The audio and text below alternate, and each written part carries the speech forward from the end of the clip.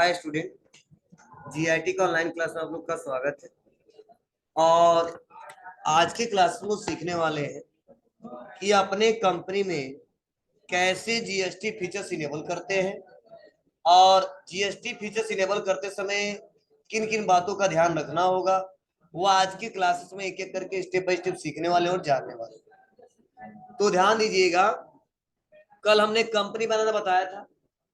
तो आते हैं, टैली को ओपन करते हैं और टैली को ओपन करने के बाद हम अपनी कंपनी को सबसे पहले ओपन करेंगे, क्योंकि जब भी हम लोग टैली को खोलेंगे डेली, ऐसा नहीं एक बार बना दिया ओपन कर दिया अगले दिन आएंगे या 1 घंटे के बाद आएंगे तो हमारा कंपनी खुला रहेगा। नहीं, ऐसी बातें नहीं। ठीक है, जो उसके बाद से चलाएगा उसका कंपनी खुला रहेगा या कंपनी बंद करके अपना खोल सकता है। तो चलिए हम टैली सॉफ्टवेयर को ओपन करते हैं और आज एक बार फिर से हम लोग सीखते हैं कंपनी ओपन करने का तरीका।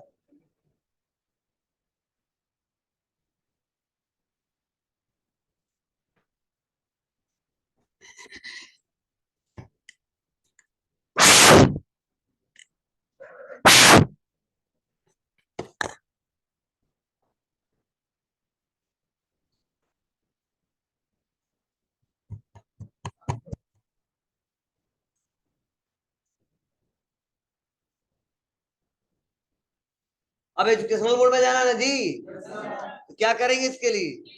टी दबाएंगे, याद हो गया है।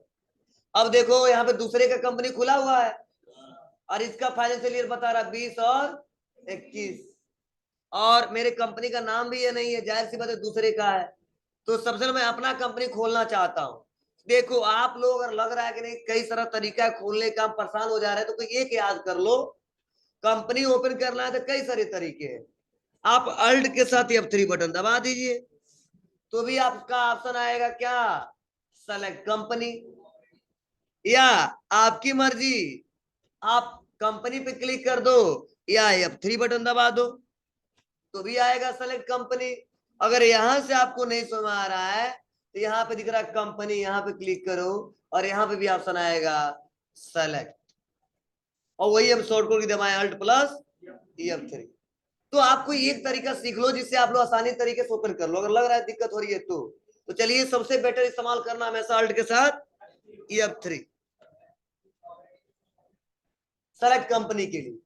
अब यहाँ पे देखो, यहाँ भी ऑप्शन आ रहा है क्रिएट कंपनी, तो हम तो सेलेक्ट करना चाहते हैं तो कहां पे आएंगे, सिलेक्ट फ्रॉम ड्राइव।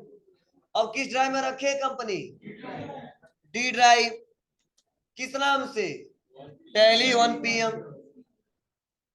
बोलो, बस इंटर। किस नाम से है, गायत्री इंस्टीट्यूट ऑफ टेक्नोलॉजी, बस इंटर। अब हमारा यहाँ कंपनी ओपन हो चुका है। तो आप लोग भी जाइएगा तो पहले अपना कंपनी ओपन करिएगा, ठीक है ना। अब देखो इसका फाइनेंशियल इन्होंने चेंज कर दिया है और क्या बता रहा है यहाँ पे 20 और 21। हमारा यह है क्या, नहीं 23-24 था ना। तो परेशान होने की जरूरत नहीं है, हमको यहीं पे अल्ट के साथ F2 बटन दबा देना है। बोला आप में ऐसा नहीं होगा, अगर आप में हुआ होगा, अगर यहाँ पे चेक कर लेना तो आप अल्ट के साथ क्या दबाना, F2, और यहीं पे देखो ऑप्शन आ गया चेंज पीरियड, और यहाँ पे फ्रॉम टू, तो कब से, तो 1 अप्रैल 2023 से लेके 31 मार्च 2024। अब हो गया है यहाँ पे 1 अप्रैल से लेके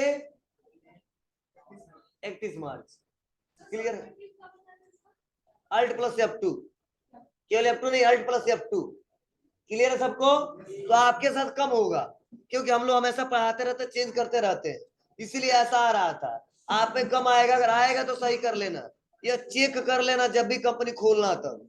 नहीं तो ऐसा नहीं कि मान लो 23 का काम है 20 में काम कर रहे हो तो उठेबे नहीं करे, दिखेगा नहीं।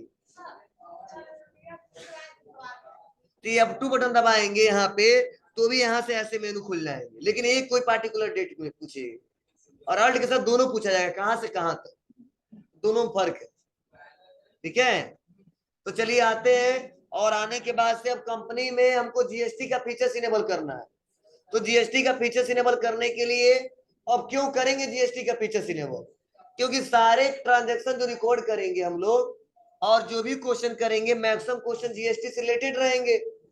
और जीएसटी से रिलेटेड हमको काम करना है इस कंपनी में, तो जब तक जीएसटी फीचर्स इनेबल नहीं करेंगे तब तक वो सारा वर्क नहीं कर सकते हैं। तो ये मैंने पढ़ाया था शुरू में कल ही कि कंपनी बनाने के बाद से अपने रिक्वायरमेंट के आधार पर जो जो फीचर्स इनेबल करना हो इनेबल करेंगे जहां जहां पर जरूरत पड़े।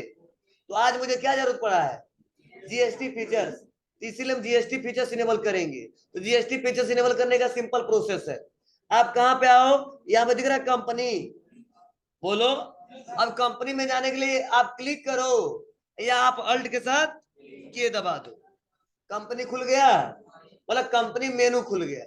अब कंपनी मेनू में आने के बाद से यही पे देखो ऑप्शन आ रहा है कॉन्फ़िगर, दिखाई दे रहा है आपको, और कॉन्फ़िगर में पहला ऑप्शन दिया फीचर्स, और फीचर्स के लिए शॉर्टकट की क्या बताया जा रहा है, F11 नोट कर लेंगे सभी लोग।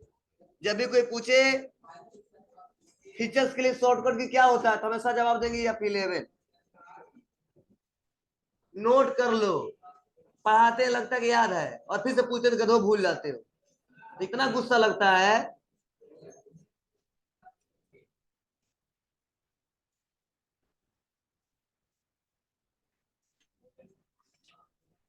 बोलिए क्या है फीचर्स के लिए F11 लिख लो, हो गया।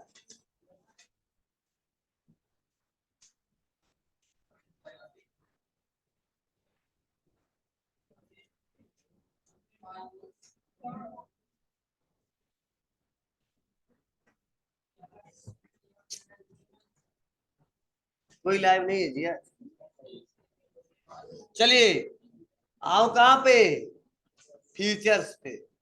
अब कंपनी के बहुत सारे फीचर्स हैं, अब इंटर दबाएंगे यहाँ पे। अब कहेगा किसमें करना है, गायत्री कंप्यूटर प्राइवेट लिमिटेड या गायत्री इंस्टीट्यूट ऑफ टेक्नोलॉजी जो भी बना है, इंटर दबाएंगे। अब इंटर बटन दबाने पर देखो यहाँ पे ऑप्शन आ गया कि कंपनी का नाम क्या है, गायत्री इंस्टीट्यूट ऑफ टेक्नोलॉजी।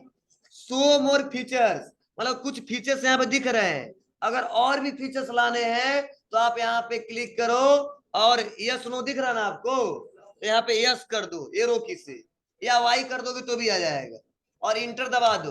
देखो इतने फीचर्स आ गए, और फीचर्स लाना है तो अब लिखा सो ऑल फीचर्स, यस कर दो वाई करके। अब बताओ इतना फीचर्स है, ठीक है। तो जैसा जैसा जहां यहाँ पे रिक्वायरमेंट होगा इस्तेमाल करेंगे।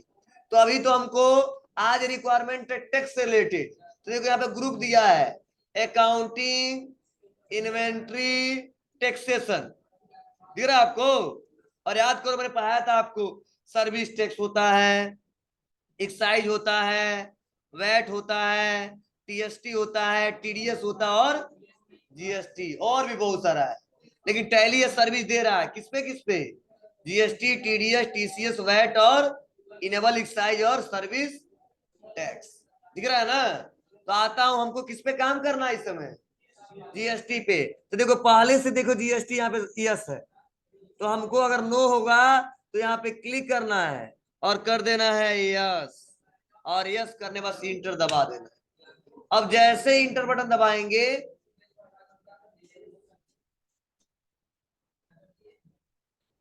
तो हमारे सामने कुछ ऐसा इंटरफेस आएगा। अब यहाँ पे देखो पहला ऑप्शन पूछा जा रहा है जीएसटी रजिस्ट्रेशन डिटेल, तो आप बताओ रजिस्ट्रेशन डिटेल हम पढ़ाया था ना कि जीएसटी रजिस्ट्रेशन कराने का क्या रूल है, और उसके बाद से कितने मतलब रजिस्ट्रेशन लोग कराते हैं तो इसके कितने रास्ते हैं, कहाँ कहाँ जा सकते हैं, कौन कैसे टैक्स पे करेगा, हाल ही में तो पढ़ाया मैंने। चलो आप बताओ, अब मेरे कंपनी का स्टेट क्या है, तो पूछा जा रहा है स्टेट बताइए, उत्तर प्रदेश पहले से ही है। फिर से नीचे आएंगे, अब अगला है रजिस्ट्रेशन टाइप, तो अब बताओ रजिस्ट्रेशन करने के कितने टाइप, दो टाइप, कौन कौन से, रेगुलर और कंपोजिशन। तो जैसे हम इंटर बटन दबाएंगे दोनों ऑप्शन दिख रहा है, यहाँ पे दिख रहा है टैली में लिखा है रेगुलर कंपोजिशन। अब हम देख लेंगे जो हमारा व्यापारी हमारा मालिक है जहाँ पे हम काम कर रहे हैं, या मेरा बिजनेस में काम कर रहा हूँ, तो मेरा रजिस्ट्रेशन रेगुलर में हुआ या कंपोजिशन में। अगर कंपोजिशन में हुआ तो क्या लेंगे, कंपोजिशन, अगर रेगुलर में हुआ तो क्या लेंगे, रेगुलर। मतलब दोनों में से कोई एक ही चूज करेंगे ना, जिसमें कराए होंगे। तो क्या हमने कराया है, मैक्सिमम लोग रेगुलर में ही कराते हैं अभी भी, ठीक है। अब जैसा कंडीशन आता है मैंने बता ही दिया था, रूल समझा ही दिया था कौन किस में करा सकता है। क्या रूल है? तो चलो प्रेजेंट टाइम में क्या लेते हैं हम लोग, रेगुलर। उसके बाद से पूछा एसेस ऑफ अदर टेरिटरीज, मतलब अगर किसी यूनियन टेरिटरी से आते हैं तो यस करो, नहीं तो नो करो। तो आप बताओ उत्तर प्रदेश यूनियन टेरिटरी से आता है क्या? नहीं। केंद्र शासित प्रदेश है क्या? नहीं। इसीलिए क्या करेंगे, इसको नो ही रहने देंगे। क्लियर है?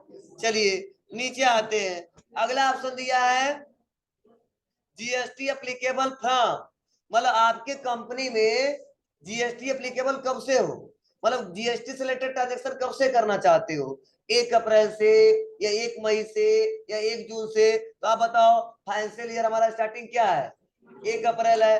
व्यापार को भी हमने क्या किया, अप्रैल से कंटिन्यू कर दिया है। तो आप बताओ मई जून लेने का कोई मतलब है? नहीं है। हाँ, अगर आपको लग रहा है कि फाइनेंशियल ईयर 1 अप्रैल है लेकिन हमने व्यापार को स्टार्ट किया क्या मई जून में किया है, तो अप्लीकेबल जून कर सकते हैं, मतलब जब से काम करेंगे तब से स्टार्ट हो जाएगा। तो क्या जरूरी है जून जुलाई करने का, सबसे अच्छा 1 अप्रैल आने देते हैं, मई जून जुलाई अगस्त सितंबर मार्च तक जाएगा, समझे ना? लेकिन अगर पुराना डेट डाल दे तो नहीं एक्सेप्ट करेगा, ध्यान देना। इसीलिए हमने क्या रखा है, 1 अप्रैल। क्लियर है? चलिए यहाँ पे नीचे अब अगला पूछा जा रहा है जीएसटी, क्या पूछा जा रहा है, जीएसटी नंबर। और आप बताओ जीएसटी नंबर का फुल फॉर्म क्या पढ़ाया था हमने, बोलो, goods and service tax identification number, याद है? तो चलिए यहाँ पे जीएसटी नंबर मांग रहा है इस कंपनी का, तो जीएसटी नंबर भी डालना पड़ेगा। तो क्या है, तो हमको देखना पड़ेगा मेरे कंपनी का क्या है।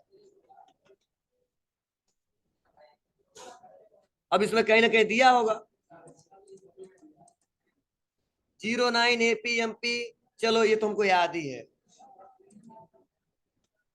09 AMPB, 09 APMPV 1231 M1ZT। ठीक है, अब पूछा जाता है, ध्यान देना, अब यहाँ पे आपसे पूछा जाता है कि ये मंथली टैक्स पे करेंगे या क्वार्टरली करेंगे। तो आप बताओ रेगुलर क्या कर सकता है, दोनों में कर सकता है। तो चलो ज्यादातर लोग मंथली चूज करते, कहते 3 महीने का टेंशन कौन एक बार लेगा, ठीक है, तो इसीलिए ज्यादातर मंथली लो लेते हैं। क्लियर है आपको, कोई दिक्कत? चलिए हम लोग कहाँ से लाएंगे, यही वाला भरेंगे, नोट्स इसीलिए दिया गया ना, यही जीएसटी नंबर हम लोग कहाँ से लाएंगे, जिस कंपनी पे काम करे उसका जीएसटी नंबर मिलाएगा, वही चढ़ाएंगे हम लोग। मान लो आज हमारे यहाँ काम कर रहे हो तुम, हमारा जीएसटी में चढ़ा लेना, हम लोग अपना अपना कहाँ से लाएंगे उस कंपनी का लिखेंगे, कंपनी का डिटेल भर रहे हैं, हम अपना नहीं भर रहे हैं, समझे? चलिए यहाँ पे कुछ एडिशनल फीचर्स हैं, वो अलग अलग रिक्वायरमेंट के आधार पे इस्तेमाल करते हैं। तो चलो एक दो ऑप्शन जो है बहुत इंपॉर्टेंट है, इसका इस्तेमाल हम लोग करते हैं। देखो यही नोट्स में हमने लिखवाया है, तो मैं एक एक करके नहीं पढ़ पढ़ के पढ़ा रहा हूँ, वैसे बता दे रहा हूँ, आप लोग घर से पढ़ते रहना। देखो स्टेट में क्या लिखा गया है, उस स्टेट को सेलेक्ट करें जिस स्टेट में आपका बिजनेस है, ठीक है। फिर से अगला है रजिस्ट्रेशन टाइप, अपनी स्कीम, और कौन सा स्कीम पता ही है, रेगुलर या कंपोजिशन, उसका सिलेक्शन करें।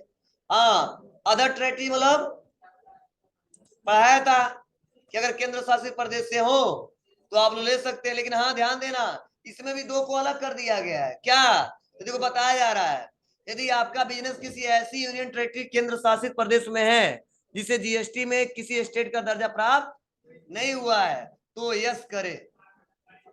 और भारत में कुल कितने, हाँ 2 और बढ़ चुके हैं, 9 हो गया है, जम्मू कश्मीर बढ़ गया, एक और कोई बढ़ा है, ठीक है। मतलब ये पुराना नोट्स है तो 2 और जोड़ लेंगे, ठीक है। केंद्र शासित प्रदेश, इसमें से 2 केंद्र शासित प्रदेश दिल्ली और पांडिचेरी को जीएसटी में स्टेट दर्जा प्राप्त हुआ है, ठीक है। और शेष जो हमारे कितने बचे हैं, मतलब 5 2 7, ठीक। केंद्र शासित प्रदेश के लिए इस ऑप्शन को यस करेंगे, अगर है तो करें, नहीं तो जरूरी नहीं, इसलिए इसका इस्तेमाल बहुत ही कम होता है।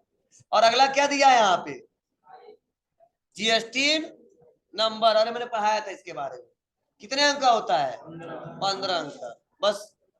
और किसके बेस पे बना होता है, पैन कार्ड, चलिए यहाँ पे और बताया जा रहा है, अप्लीकेबल फ्रॉम, आपके बिजनेस में जीएसटी कब से लागू किया गया है उस डेट को यह यहाँ पे भरना होता है।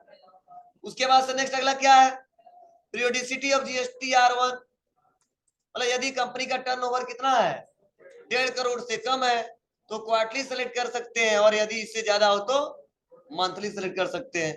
ये रूल है, लेकिन मंथली क्वार्टरली ले सकते हैं आप। देखिए क्लियर है। अब देखो ईवे बिल के बारे में कुछ दिया है।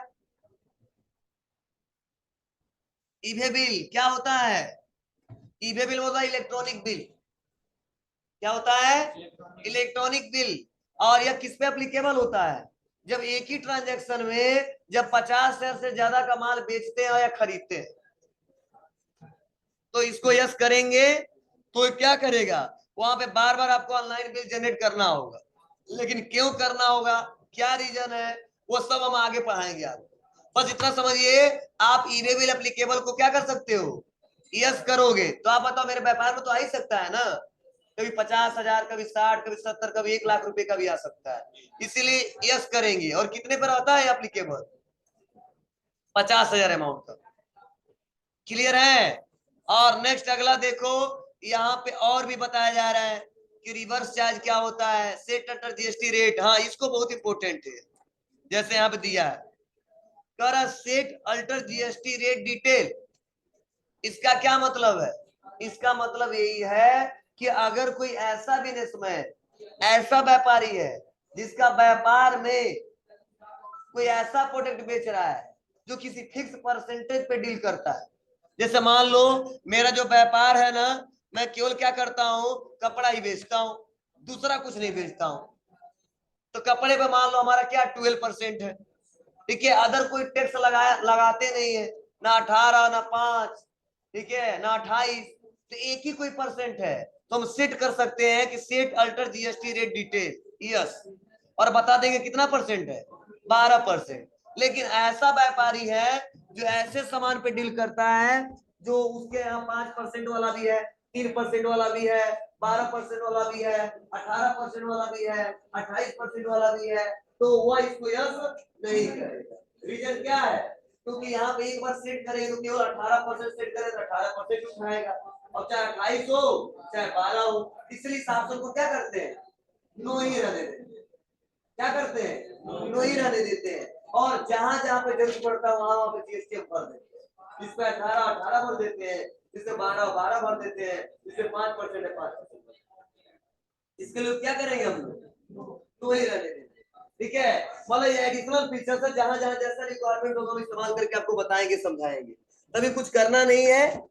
और आगे बढ़ते हैं हम लोग। और यहाँ पे देखो इनवाइस फीचर्स दिया है, अभी मैंने पढ़ाया था ना ईवे बिल, बताओ यस कर देंगे। अप्लीकेबल कब से हो, 1 अप्रैल से ही हो, ठीक है। अब किस पे हो, इनवाइसेस पे, ठीक है। लिमिट क्या है इसका, पहले से बता दिया है, ठीक है। अप्लीकेबल फॉर इंट्रा स्टेट, मतलब इंट्रा स्टेट में भी अप्लीकेबल हो, तो बोला जी इंट्रा स्टेट मतलब बाहर, इंट्रा कह रहा है, इंटर नहीं कह रहा, हाँ सेम स्टेट, मतलब उसमें भी अप्लीकेबल होना चाहिए। लिमिट क्या दिया है वो, चलो इसको क्या करेंगे हम लोग, कंट्रोल के साथ ये करेंगे, अब कुछ नहीं करना हमको। अब कह रहा है टीडीएस भी पे काम करना है, नहीं सर कंट्रोल एक तो पहले टेक्स्ट पढ़ ले हम अच्छे से, अब आ जाएंगे बैक। और इतना कहानी यही था कि कैसे जीएसटी फीचर्स इनेबल करेंगे, अब हो गया है, ठीक है। आपको सर आप तो कुछ किए नहीं हो, मुझे लगता है दो तीन जगह आप सही किए हो, एक जगह रेगुलर कर दिए हो, एक जगह आपने जीएसटी में डाल दिया, सब फीचर्स वैसे ही था, लेकिन इतना करना पड़ेगा, इतना ही करोगे तभी आएगा, नहीं करोगे तो नहीं आएगा। तो हम समझाने के लिए वहां गए थे कि जब भी जरूरत पड़े और जीएसटी का फीचर्स इनेबल करना है, डिसेबल करना, तो वहीं से करेंगे, इसमें किसी को कोई दिक्कत बन जाएगा ना। चलिए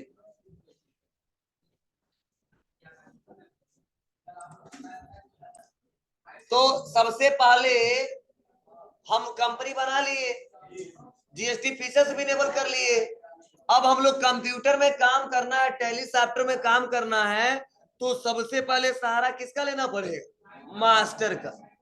मतलब जब तक मास्टर का इस्तेमाल नहीं करेंगे तब तक हम कोई काम नहीं कर सकते हैं। तो देखो क्या बताया जा रहा है, मास्टर अकाउंटिंग डाटा के कंटेनर होते हैं। क्या होते हैं जी, मास्टर अकाउंटिंग डाटा के कंटेनर होते हैं। और यह ऐसे अकाउंट हेड होते हैं जिन्हें एक बार क्रिएट करते हैं, उनका प्रयोग बार बार करते हैं। और इनका प्रयोग अकाउंटिंग वाउचर क्रिएट करने, रिपोर्ट जनरेट करने के लिए किया जाता है। और मास्टर निम्नलिखित प्रकार के होते हैं, जैसे accounting master, inventory master, payroll master, स्टेटरी master. अब चलो इसको समझिए, इसका मतलब क्या होता है। मतलब जो पहला वर्ड आपको बताया जा रहा है कि मास्टर अकाउंटिंग डाटा के कंटेनर होते हैं। मतलब कंटेनर देखे हो आप लोग, देखते हैं इसका कंटेनर है, उसमें क्या होते हैं, बहुत सारे गुड्स क्या रखे जाते हैं एक जगह और इकट्ठा करके, और जब जहां पे लेके जाना हो तो उसको लेके लोग जाते हैं। तो यहाँ पे कंटेनर नाम इसलिए दिया गया है कि जब भी हम अकाउंटिंग करेंगे तो कंप्यूटर में अकाउंटिंग करने के लिए जब भी कुछ भी हमको करना है तो सबसे पहले मास्टर का सहारा लेना होता है। मतलब मास्टर एक ऐसा कंटेनर होता है जिसको एक बार बनाते और बार बार इस्तेमाल करते हैं।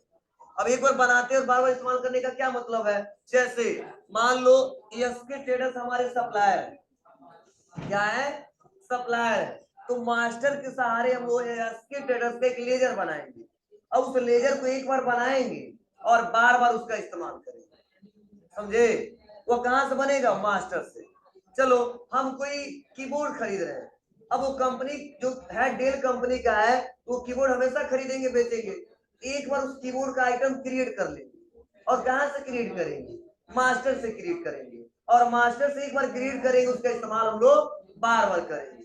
तो जब तक मास्टर का सहारा नहीं लेंगे तो ना कोई लेजर बना सकते हैं, ना हम कोई आइटम्स क्रिएट कर सकते हैं, ना कोई ग्रुप क्रिएट कर सकते हैं, ना लेजर ना आइटम, तो हम कोई भी ट्रांजैक्शन रिकॉर्ड नहीं कर सकते हैं। मतलब टैली में काम करने के लिए सबसे पहले मास्टर का इस्तेमाल करना होगा, तभी आप कोई क्वेश्चन रिकॉर्ड कर सकते हो, ठीक है, किसी ट्रांजैक्शन को रिकॉर्ड कर सकते हो, कोई वाउचर एंट्री कर सकते हो।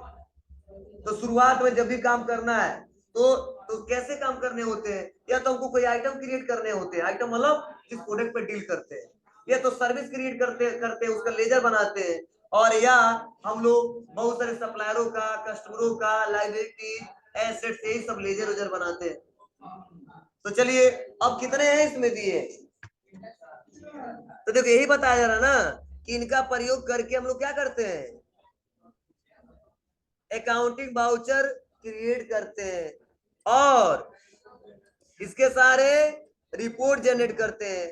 अब कितने प्रकार के होते हैं, चार बताया जा रहा है, accounting master, inventory master, payroll master और स्टेटरी मास्टर। अब इन सब का क्या मतलब है,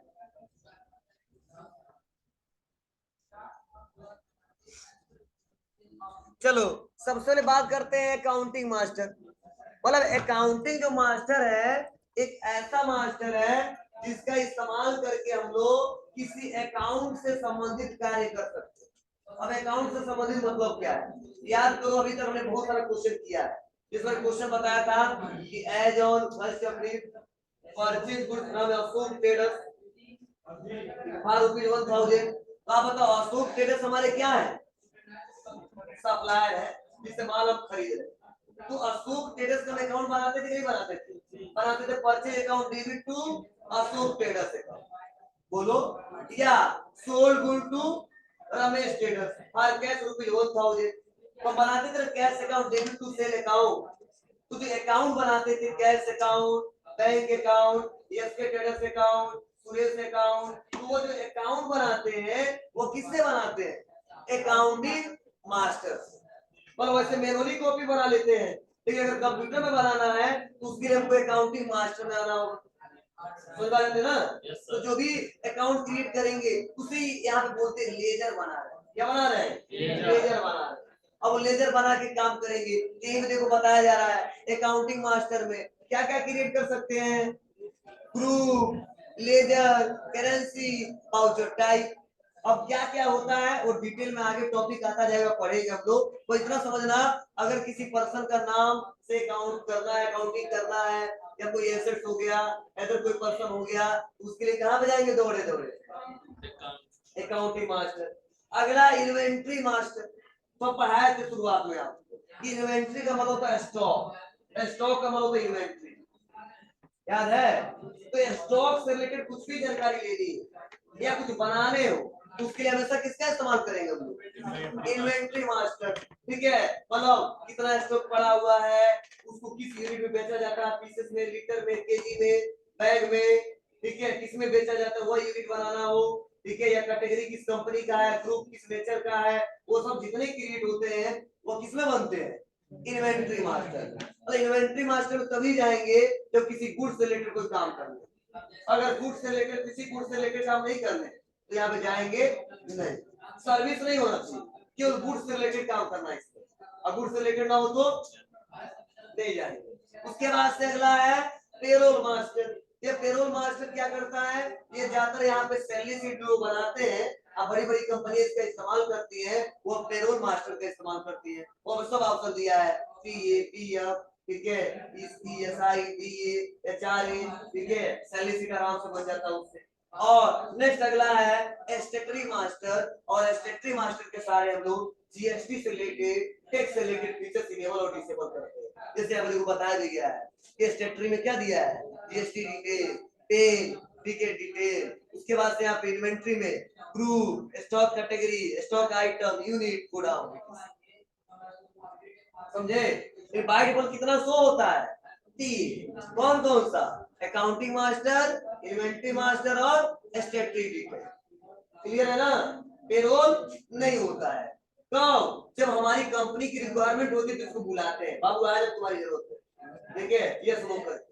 फिर बाय डिफॉल्ट हर एक बिजनेस का जरूरत क्या होता है? ये तीनों ऑफर कराता है, इसीलिए तीनों बाय डिफॉल्ट क्या होता है? इनेबल रहता है। और जितने लोग बैठे हो, चाहे कोई भी व्यापारी हो, आपका कोई भी व्यापार हो, लेकिन ये तीनों ऑप्शन सभी लोग इस्तेमाल करोगे, इसलिए पहले से हाईलाइट करके दे दिया है। लेकिन जो पेरोल वाला होता है ना, वो बड़ी बड़ी कंपनियां देखिए सैलरी शीट बनाने के लिए यूज करती है, तो अगर उसी सॉफ्टवेयर का इस्तेमाल करती है टैली का, तो उसके लिए दिया गया है, तब वो इनेबल करते हैं, उस सर्विस को लेते हैं।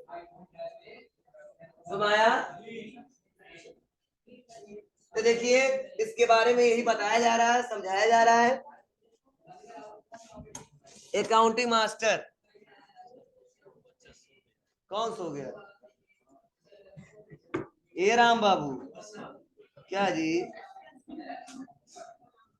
मन नहीं लग रहा है? ठीक है, अच्छा है। हमारा गला दर्द करने लगा, चिल्लाते चिल्लाते इसे नींद खींच रहा है। चलो बढ़िया है, खींचते रहो। नेक्स्ट अगला है अकाउंटिंग मास्टर। चलो इसके बारे में हम समझा दिए, लेकिन पढ़ लो। कह रहा इसके अंतर्गत accounts, group, ledgers, voucher type ETC को रखा गया है। अब ग्रुप का मतलब क्या होता है, तो इसके बारे में हमने चर्चा किया था, फिर से एक बार सुन लो। कहा जा रहा है group are collection of ledger of the same nature, मतलब एक समान नेचर वाले का जो एक समूह होता है उसी क्या बोलते हैं हम लोग? ग्रुप बोलते हैं। जैसे फॉर एग्जांपल, जैसे हमने क्या किया, हमने डेल का कीबोर्ड खरीदा, कीबोर्ड, एचपी का कीबोर्ड खरीदा, समझे? उसके बाद से हमने इंटेक्स का भी कीबोर्ड खरीदा और लेनोवो का भी कीबोर्ड खरीदा। तो आप बताओ, डेल का कीबोर्ड, एचपी का कीबोर्ड, इंटेक्स का कीबोर्ड, लेनोवो का कीबोर्ड, सब कीबोर्ड ही है ना जी। मतलब इसका एक समान नेचर वाले हैं कि नहीं है? बस कंपनी चेंज है ना, काम करने का तरीका क्या, सबका एक ही है, काम इसे यही होगा। इसीलिए इसका एक ग्रुप क्या होगा? कीबोर्ड। क्या होगा? कीबोर्ड। यही बोला जा रहा है group are collection of ledger of the same nature. तो ये तो हमें गुड्स से बता दिए। अगर मान लो अगर लेजर की बात करें तो याद करो आप लोग, मैंने पढ़ा था सन्ड्री क्रेडिटर, पढ़ा था, और सन्ड्री डेबिटर्स। बोलो, तो सन्ड्री क्रेडिटर का मतलब क्या? जितने हमारे कस्टमर आएंगे, चाहे मोहन हो, चाहे रमेश हो, चाहे टिंकू हो, कोई भी हो, ठीक है, सबका अगर कस्टमर है हमारा तो क्या रखेंगे? Sundry debtor. बोलो, लेकिन अगर वो सप्लायर होंगे तो क्या रखेंगे, सन्ड्री क्रेडिटर। मतलब जितने सप्लायर उसका एक रास्ता बनाया गया, कहां जाओगे, सन्ड्री क्रेडिटर में। और जितने कस्टमर है वो सबका क्या रास्ता बनाया गया है, सन्ड्री डेबिटर में। मतलब कस्टमर को रखेंगे सन्ड्री डेबिटर में और सप्लायर को रखेंगे सन्ड्री क्रेडिटर में। तो यही देखो यहाँ पे कुछ एग्जांपल बताए जा रहे हैं। फिर से बता, अर्थात एक जैसे नेचर वाले लेजर का समूह अकाउंट क्या कहलाता है, ग्रुप कहलाता है। जैसे सभी कस्टमर के लेजर को सन्ड्री डेबिटर ग्रुप में बनाना होता है, जिससे उनको देखने और रिपोर्ट तैयार करने में सुविधा होती है। समझे? अगर अलग अलग बनाएंगे दिक्कत होगी कि नहीं दिक्कत होगी, दिक्कत होगा। और इसलिए इसको हम रखेंगे कहां पे, सन्ड्री डेबिटर में या सन्ड्री क्रेडिटर में। अब बहुत सारे आ सकते हैं। चलो अब बताओ, एक और एग्जांपल मैं आपसे पूछ रहा हूं। जैसे मेरे पास क्या है, तो बिल्डिंग पड़ा हुआ है, फर्नीचर पड़ा हुआ है, कंप्यूटर पड़ा हुआ है, सब क्या है, एसेट्स है। लेकिन कौन सा एसेट्स है, फिक्स एसेट्स है। इसीलिए जब बनाएंगे तो चाहे बिल्डिंग का लेजर बनाए, और चाहे फर्नीचर का बनाए, और चाहे कंप्यूटर का बनाए, सबका मेन ग्रुप क्या रहेगा, फिक्स एसेट्स।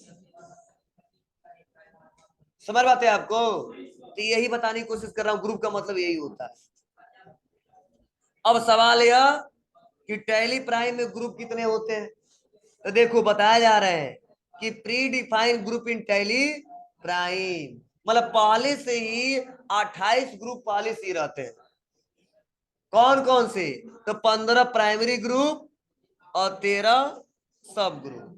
अब देखो 15 दिया गया है क्या, प्राइमरी ग्रुप, और 13 दिया है सब ग्रुप। मतलब मेन जो है 15, अब उसके अंदर कितने हैं, और 13। अब इन सबका यूज क्या है वो हम कल के क्लासेस में समझाएंगे, बताएंगे। ठीक है बस।